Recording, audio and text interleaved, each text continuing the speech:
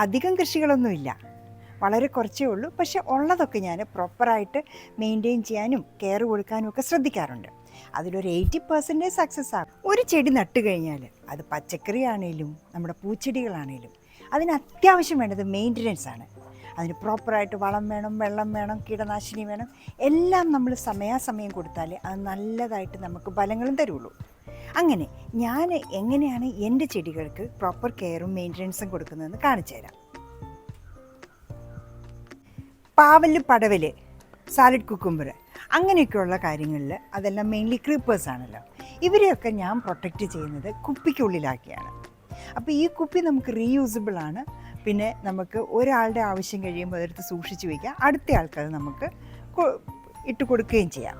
So ഇതെൻ്റെ പാവൽ കൃഷിയാണ്. അപ്പോൾ ഇവിടെ എല്ലാം കുപ്പികൾ തൂങ്ങി കിടക്കുന്നത് കാണാം. ഇങ്ങനെ ഈ പാവയ്ക്കായെ നമ്മൾ കുപ്പിക്കുള്ളിലാക്കുമ്പോൾ പിന്നെ ഈച്ചയോ കൊതുകോ ഒന്നും ഇവരെ വന്ന് കുത്തൂല. അല്ലേ, എല്ലാ കുപ്പിക്കകത്തും ഓരോരുത്തർ കിടപ്പുണ്ട്.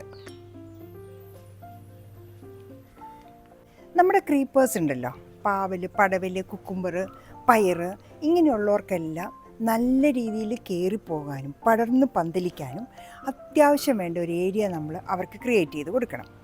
ഇപ്രാവശ്യം ഞാൻ ഇട്ടിരിക്കുന്നത് ഈ നെറ്റാണ്. ഇതിങ്ങനെ വലിച്ചു കെട്ടിയിരിക്കുകയാണ് ഒരറ്റം തൊട്ട് മറ്റേ അറ്റം വരെ. ഇത് എൻ്റെ ക്രീപ്പേഴ്സ് എല്ലാം ഒരു എൽ ഷേപ്പ് രീതിയിലാണ്. കാരണം നമ്മുടെ ബൗണ്ടറി വോൾ ഏത് ഷേപ്പാണോ അതേ രീതിയിലാണ് ഞാൻ ഈ ക്രീപ്പേഴ്സിനെല്ലാം വിട്ടിരിക്കുന്നത്.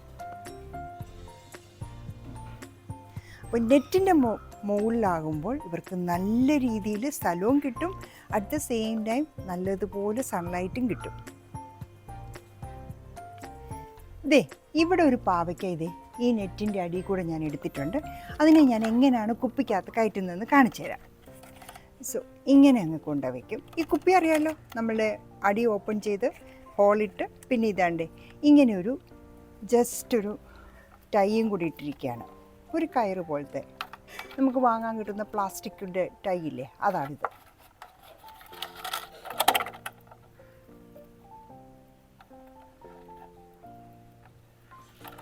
സ്ഥലം നോക്കുക, ഇങ്ങനെ കയറ്റുക. ഇനി നമ്മളിതിനെ അങ്ങ് കെട്ടിവെക്കുക. സോ സിമ്പിളാണ് കാര്യം.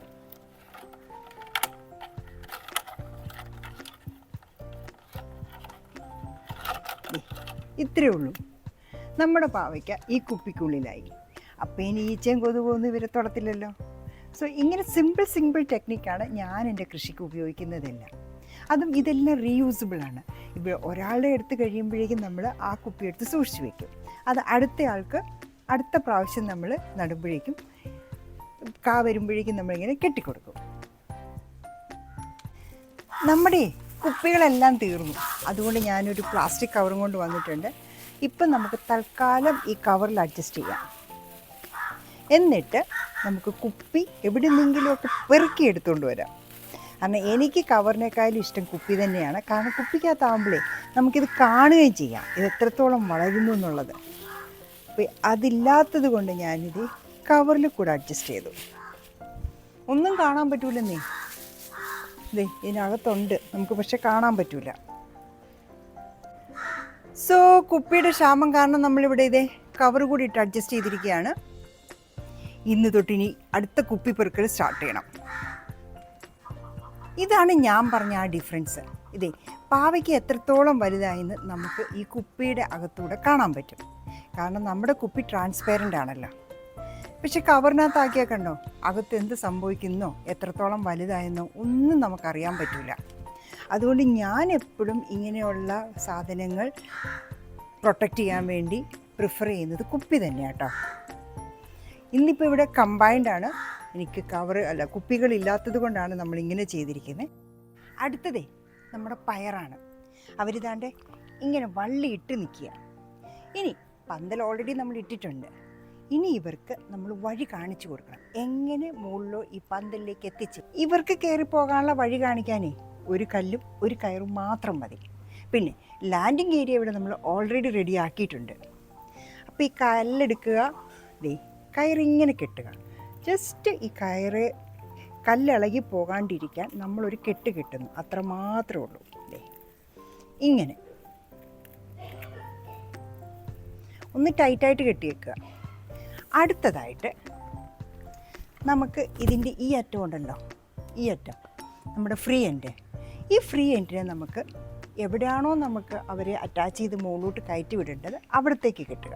എനിക്കേ ഈ പയർ ഈ നെറ്റിൻ്റെ ബാക്ക് സൈഡ് വഴിയാണ് കയറി വരേണ്ടത്. അതുകൊണ്ട് ഇത് ഈ ബാക്കിലത്തെ ഈ വള്ളിയിലാണ് ഞാൻ ഇതിനെ ഫേമായിട്ട് കെട്ടുന്നത്. കെട്ടി.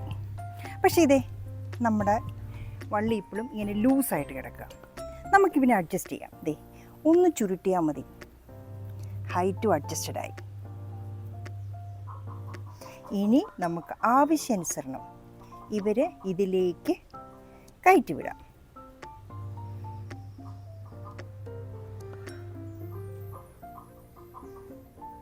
അങ്ങനെ നമ്മൾ ഇവർക്ക് വഴി കാണിച്ചു കൊടുത്തു.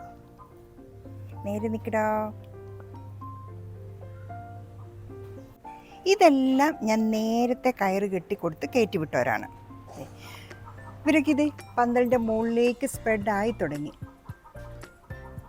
ഇത് നമ്മുടെ സാലഡ് കുക്കുംബറാണ്. കൊച്ചായിരുന്നപ്പോൾ തന്നെ കായ്ച്ചു. ഇതിനകത്ത് കായുണ്ട്.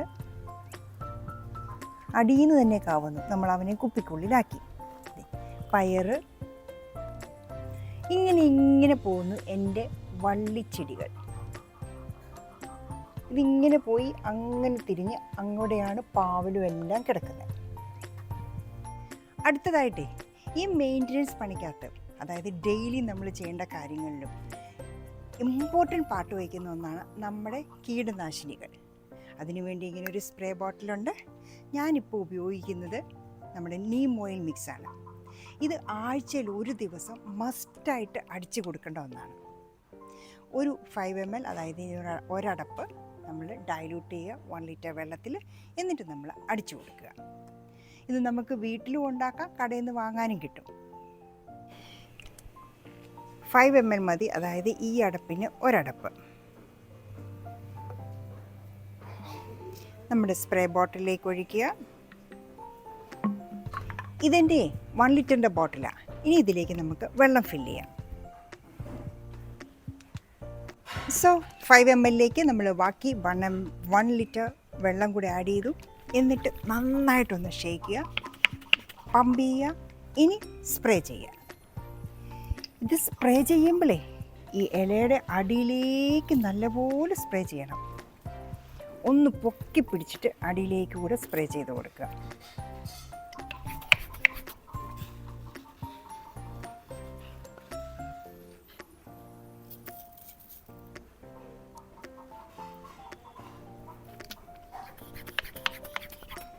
ഇത് ആഴ്ചയിൽ ഒന്ന് മസ്റ്റായിട്ട് ചെയ്യണം. അല്ലെങ്കിൽ നമ്മൾ ഈ ചെയ്യുന്ന എല്ലാം വേസ്റ്റാകും. നമ്മുടെ ഈച്ചകളും പുഴുക്കളും ഒന്ന് ഒറ്റ കുത്തുകുത്തിയാൽ മതി, നമ്മുടെ വിളകളെല്ലാം നശിച്ചു പോകും.